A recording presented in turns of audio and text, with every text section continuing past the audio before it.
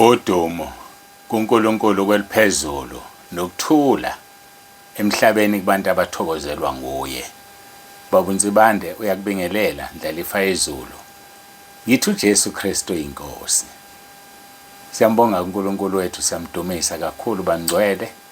Siyambonga uNkulunkulu akekho ofana naye. Noma kunje kodwa siyambonga. Siyazi ukuthi usemsebenzini yena.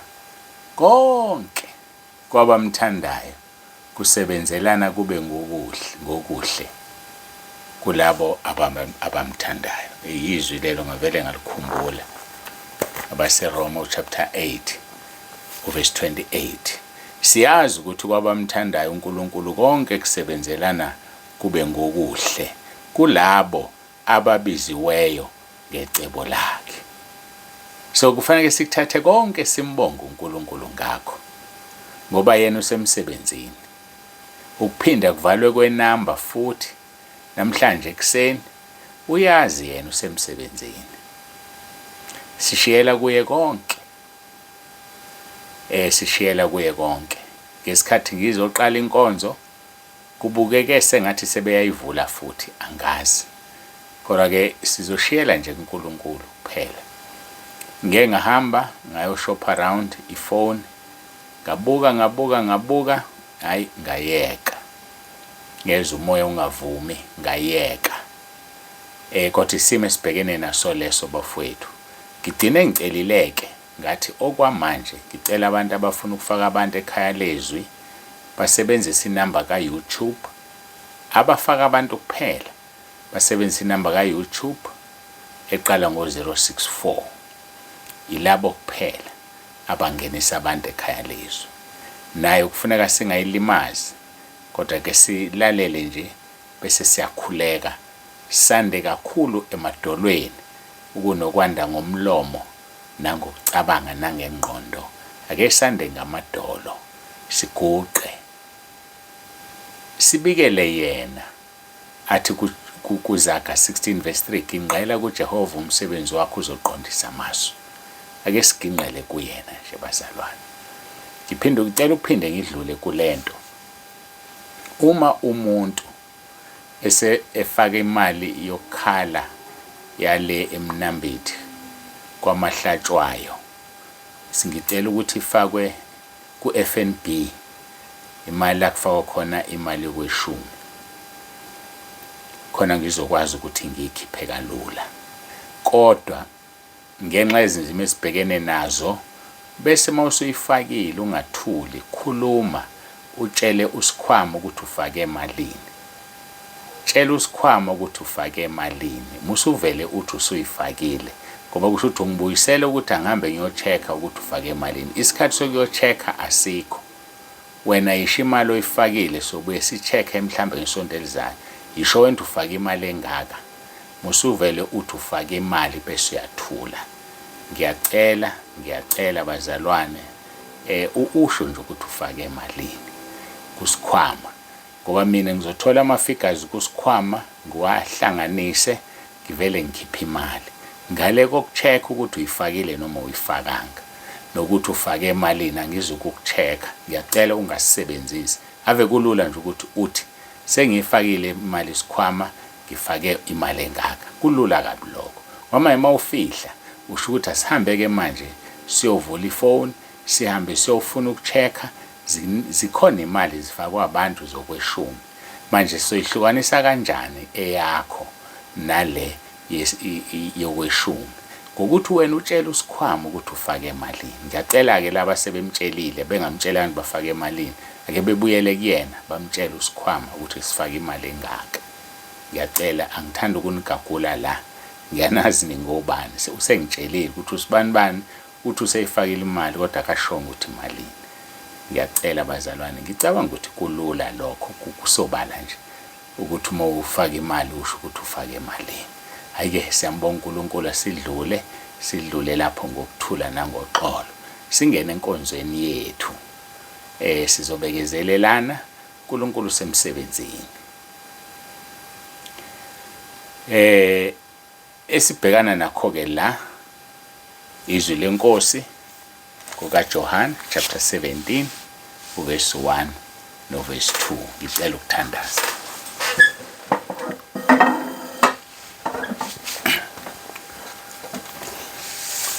Baba ongcwele, uNkulunkulu nomusa, egameni lomfelo wethu uJesu ophilayo, sisondela kuwena nangalomzuzu. Sibonga konke osenzele khona. Siza kuwe ngokubonga ngoba siyazi ukuthi usemsebenzini, siyazi ukuthi uyasilungisela okungcono kunokunye, okungcono kunokuqala. Sicela wena kuqhubeke ngoba ushilo kuFilipi 1:6 ukuthi masethembe leyo nto ukuthi wena uqalile umsebenzi uzowufeza. Awukazi ungawufezi. Ngabe kuyaqala kodwa siyazi uzowufeza. Sondela kuwe weNkosi, busisa lona loyo lalele egameni lomfelo wethu uJesu Kristu yiNkosi. uJesu Kristu yiNkosi. Amen.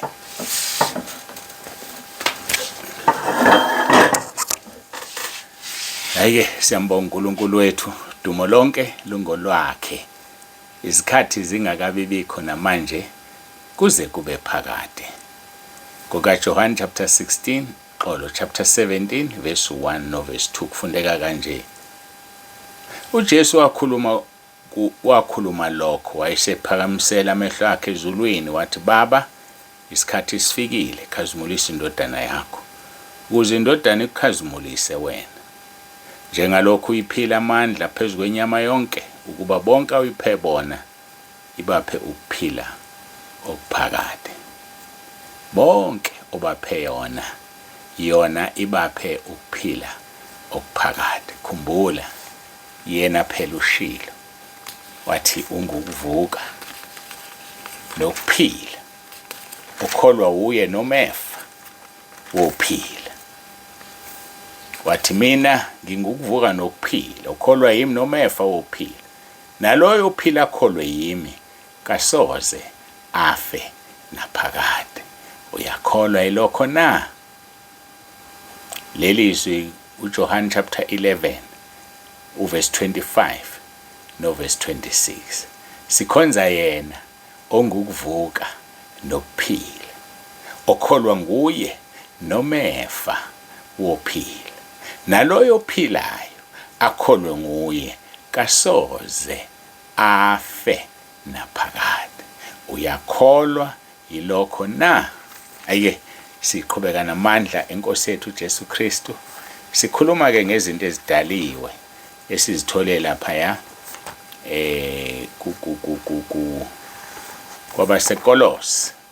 kwabasekolose chapter 1 verse 23. Uma kambe nihlale ekukholweni, nisekeliwe, nigxilile, ningagudluzwa ethembeni levangeli enalizwayo, elashunyayelwa kukho konke okudaliweyo kuphansi kwezulu, engenziwa isikhonzi salo mina.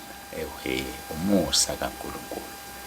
Nawe babunzi bande, wenziwe isikhonzi salo leli ivangeli. Kungumusa, akhona ukwazi nokuhlakanipha. Makubalwa abantu abangahlakaniphile, ngingongahlakaniphile kakhulu kunabo bonke, kodwa ngenzela umusa, angazi ukuthi ngenzeni. Lokho kuyangikhalisa, angazi ukuthi ngenzeni, ngoba ngiyazazi ngiyisoni futhi esikhulu kunani nonke, kodwa uNkulunkulu wangenzela umusa. Makangisize ngubambe ngazo zombili lo musa, ngoba kungumusa, kungumusa sisindisiwe, kungumusa sibiziwe, kungumusa sikhethiwe, kungumusa sikhonza uNkulunkulu ophilayo. Ngoba abaningi banokholo okukhulu kodwa bakhonza onkulunkulu balomhlaba. Thina sikhonza uNkulunkulu kaAbraham, uNkulunkulu kaIsaka, uNkulunkulu kaJakobe. Kungumusa. Singadlali ngalomusa bafowethu, singadlali ngawo. Ngaphuma ungena emseni kaNkulunkulu, uphuma ungena ngoba lizokushonela, uzophela lo musa. Ngaphuma ungena ekhaya lezwi ngoba lizokushonela. Kuthiwa kuzindlala enkulu yezwi, iy'ntombi ezinhle nensizwe ezinhle zokwehla zenyuka, zikhala zifuna izwi likaNkulunkulu, zilomele. Namhlanje liyintsada, every day sithola inkonzo, zonke izinsuku bafowethu liyintsada. lithathe lidle. Uyibona inkomo mayidla utshani, ifika idle iphuthume qede yohlala phansi. Bese iyabetshisa ibuyise sibuhlafunisisa. Asilidleni kanjalo izwi. Lidle makuwukuthi bhala phansi amavesi abhale. Makukubiza ukuthi uzobe uvula uWhatsApp uqale phansi ulalele kwenze, kodwa ulalelisise. Bese uthola ithuba letshisa kuze likungene lilotshwe enhlizweni yakho. Kuthi lapho selivaliwe iBhayibheli selingasekho kuthiwa lisafuneki, wena livele liqubuke ngaphakathi ngoba udlile. Ake silidleni izwi bafowethu, ziyeza lezi insuku seziseduze kakhulu. Ziyeza. Ubusisiwe oluzwayo alenze. Ubusisiwe ufana nendoda yakhe indlu yayedalwe edwaleni, eyisekelwe yidwala zafika imvula nezikhukhula nomoya omkhulu, kodwa ayiwanga. Kodwa ongalenzi izwi ufana nendoda yakhe indlu. Ufunde uMathewu chapter 7 qale verse 21. Ufana nendoda eyakhe indlu yayo phezu kwesihlabathi, zafika imvula nezikhukhula zayikhukhula zayiwisa. Lithi izwi leNkosi kwaba kukhulu kuwa kwaleyo ndlu kubantu abalizwayo bengalenzi. Ake ulenze nje izwi likaNkulunkulu, ubone ukuthi kuzovelana. Ulenze, ungamelani naye, ungamelani nalo, ungamelani nolizwi, kodwa yenza izwi. Izwi lithi asisho ngaso sonke isikhathi sivume sithi uJesu Kristu yiNkosi. Izwi lelo ungamelani nalo. Ayikasiqhubeke sidlulele lapha, sikhuluma ngokushunyaziwe. Besikhuluma ke ngowesifazane owabanjwe iphinga, bamlethe enkosini uJesu. Uma sebemlethile sizwa ukuthi inkosi uJesu yakhothama yabhala. Siqale ku verse 5 John chapter 8. Emthethweni uMose wasiyala ngabanje ukuba bakhandwe ngamatshe. Pho wena uthini na? Verse 6. Bakusho lokho bemlinga ukuze babe nokumangalela. Kepha uJesu wakhothama waloba ngomunwe emhlabathini. Wathi besambuza njalo walulama wathi kubo, ongena sono phakathi kwenu kaqale amphonse ngetshe. Umbuzo uthi wayelobani emhlabathini? Asazi. Kodwa waloba emhlabathini wayesevuka nestatement esithi ongena sono phakathi kwenu kaqale amkhande ngetshe. Le statement wavuka naso kade loba phansi. Ngabe kusho ukuthi wasithola emhlabathini na? Ngabe kusho ukuthi wabuza umhlabathi ukuthi laba bantu abamphezulu kwakho enginabo la ukhona yini ongena sono? Ngabe wayebuza lokho? Wayengena emafayilini omhlaba? Wavuka lapho wathi ongena sono phakathi kwenu kaqala amphonse ngetshe.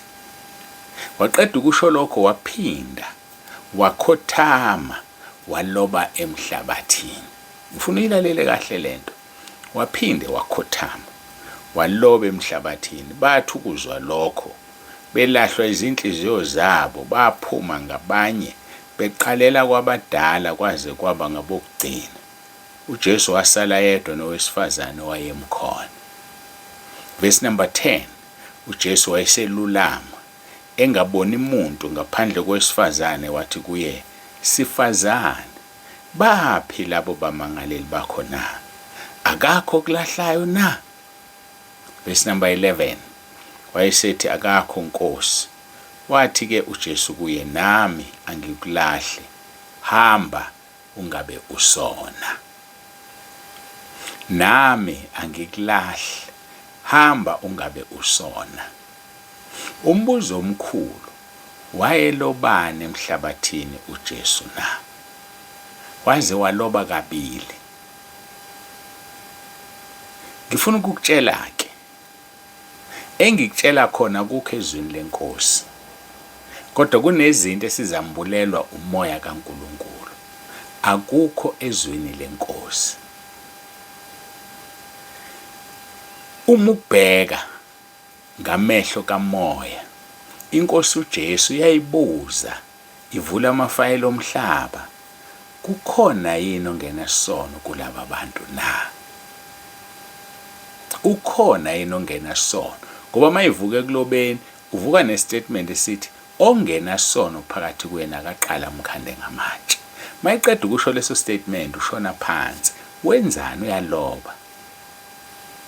Kube ngathi useyaloba uthi mhlaba sula isono sokuphinga salo wesifazane. Sula isono sokuphinga salo wesifazane. Alishizwi kanjalo. Kodwa mayiqeda nje ukubheka phansi ukuloba futhi okwesibili bayaphuma one by one. Bayaphuma kusukela komdala kuze kugcina komncane. Mayiqeda uyaphakama, uyalulama. Mayelulama usesele nalo wesifazane. Uyambuza ukuthi bapha abamangaleli bakho na? Akakho kulahlayo na? Uthi wesifazane akakho Nkosi. Akakho Nkosi. Usetshela ubani ukuthi Inkosi? Usetshela ubani ukuthi Inkosi? Hayi kodwa mina ngiyakutshela into yozilahle. uRoma 10:9 yoza umlahle. Hayi hamba umlahle ngiyakutshela. Ngoba manje ugcwele iBhayibheli. Utshela ubani ukuthi Inkosi? Ngesikhathi evuma uthi Inkosi. Akakho Nkosi uthi uJesu nama ngikulahle. Hayi bo wefethu, ake sivumeni ukuthi uJesu Kristu uyiNkosi. Nawe ngeke ulahlwe. Hayi mina ngiyakutshela, nawe ngeke ulahlwe. Awuvume nje ubone ukuthi kuzovelana. Uyeke ukulwa nabavumayo. Hey, awuyeke nje ukulwa nabavumayo. Usulwile kwanele, wafakwa ngekhanda, bathi yisho, washo, bathi kushumayele, wakushumayela ukuthi kurongi ukuvuma uJesu. Kodwa mina ngiyakucela, ake umvume ngoba uzobe uwedwa usho esihogweni. Mhlawumbe uzoba neshwa okuthumile angafi kuqala, noma efaqala amvume uJesu ngomzuzu wokugcina wena ungekho ungaboni, uzokuthi usethule. Ubambelele into enakufundise yona kanti usesezulwini. Yebo ngeke uthole umqhele, kodwa uphendukile ngomzuzu wokugcina. Ake siyeke ukuhlohlwa abantu. Ake sithathe iBhayibheli njengoba linjalo. Uyavuma owesifazane. Uthi akakho ngilahlayo Nkosi. Uthi uJesu nama ngikulahle. Hamba ungabusona. Uyafuna ukungalahlwa? Uyafuna yini ukungalahlwa? Vuma ukuthi uJesu uyiNkosi. Vuma. Yazi ukuthi ngesikhathi beya laba abaFarisi nowesifazane, baya beyomlinga befuna ukuzwa ukuthi uthini. Ake siphinde siqale lapha kuverse 3. Kepha ababhali nabaFarisi baletha kuye wesifazane ebanjwe ephinga. Sebemise phakathi kwabo bathi kuye Mfundisi, lo wesifazane ubanjwe esoqotsheni lokuphinga. Yazi ukuthi akukho la bembiza khona ngeNkosi. Bathi Mfundisi. Obani labo? AbaFarisi. Bambiza ngomfundisi. So ngamagama kusho ukuthi behambe endleleni nalo wesifazane bexoxa. Bathi siya kumfundisi. Abashonga ukuthi siyiNkosi. Kodwa yena wasibamba isambulo. Wathi akakho Nkosi ongilahlayo. Wamvuma uJesu. uJesu wenze njani? Wacisha ama-records emhlabeni. Ngoba sishumayela kokudaliwe. Sishumayela kukho konke. Mina-ke ngithi akukho ezwini. Kodwa waqale wabuza wathi mhlaba wena uyaloba ngitshele ukuthi ukhona yini omsulwa kulaba abantu na? Wavuke nestatement esithi ongena sona kaqala.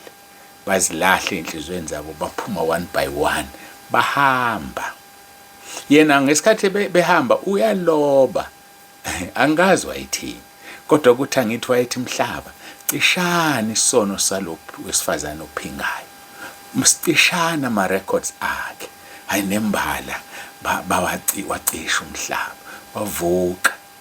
Bapha bamangaleli wabakho wesifazane na? Uthi abakho Nkosi.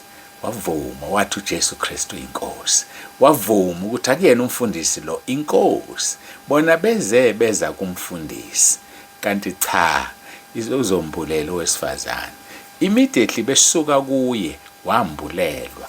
khona abantu okufanele uqhelelane nabo. Azikho nje izambulo ngoba uhambisana nabo, azikho nje izambulo ngoba bakutshela ukuronge ngoJesu, bakutshele ukuthi umfundisi.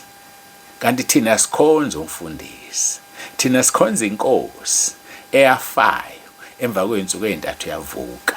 Iyo leyo Nkosi esikhonzayo. Suka kulaba bantu, basuse eduze kwakho, ngoba kunezinto kufanele uzibone zikaNkulunkulu ongaziboni ngoba uhamba nabo.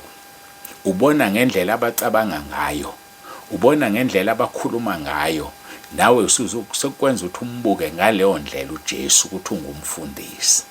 Hayi akayena umfundisi, uyiNkosi eyabethelwe esiphambanweni, yafa, ngosuku lwesithathu yavuka, iphethe ihluthulelo zokufa nezehayidesi, ingu-Alpha no-Omega, isiqalo nesiphetho. Hayi kwathi ngiyibambe la, isimnandi kakhulu. Uthini uJesu? Hamba nama ngikulahle, ungabe usona. Mawusuwenzeni wena? Wamvuma ukuthi uyiNkosi. Ayimvume mntakababa, incenge nje inhliziyo yakho, ngoba hayi ungoqala nokugcina. Uzomfica osukwini lokwahlulela. Umvumo usomvuma kungasakusizi, usomvuma ngoba lisho njalo Philip chapter 2 verse 11, zonke ilimi ziyovuma zithi uJesu Kristu uyiNkosi kuyinkazimulo, kodwa ezinye ziyovuma zingasasizakali. Hayi asivumeni sisekulo mhlaba, asivume sisekulo mhlaba ukuze sikhululwe kuthiwe hamba ungabe usona. Hayi ngokugcinwa iNkosi kusasa sizoyiqhuba le ndaba, sesiyobheka ukwahlulelwa, kukhishwa izincwadi. Sesiyazazi kanti lezi zincwadi ziphuma emhlabeni, kanti lezi zincwadi ziphuma kukho konke okudaliweyo. Hayi angiyeke mina baba osezulwini, siyabonga uNkulunkulu nomusa, siguqeni bafowethu, sikhuleke. Baba wethu ongcwele, uNkulunkulu nomusa, siyathoba phambi kobuso bakho, siyabonga. Kodwa singayapi masisuka kuwena ngoba amazonke okuphila kuwe. Singayapi uNkulunkulu wethu nomusa, sibonga ukukhethwa, sibonga ukubizwa.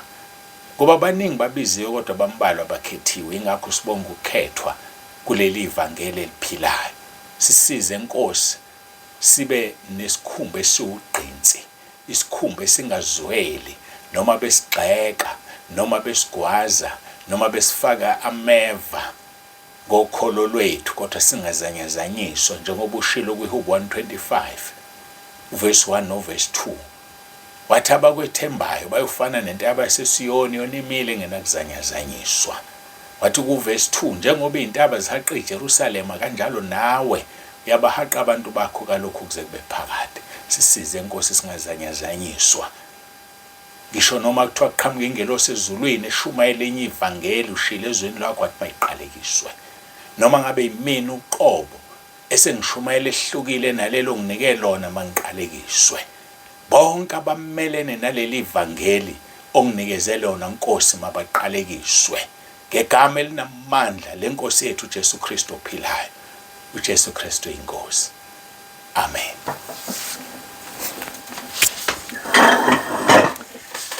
Siyambonga kakhulu uNkulunkulu bafowethu, siyambonga, siyamdumisa. Ngagcina ngamazwi anzima emkhulekweni, bekungakhuleki mina. Kodwa ngifuna ukwafunda sezweni bese siyavala. Hayi ngiwafunde ngoba ngifuna abantu badideke. Galatia wokuqala, soqala kuverse 16 kuverse 9. Lalelisisa kahle. Ngiyamangala ngokuba nimhlubuka masinya kangaka yena owanibizela emseni kaKristu. Niye kwelinye ivangeli elingesile elinye kuphela ukuba bakhona abanididayo bethanda ukuphendukezela ivangeli likaKristu. Kepha-ke noma kungaba yithina noma ingelosi evela ezulwini enishumayeza ivangeli eliphambene nalelo esanishumayeza lona, makabe ngoqalekisiweyo.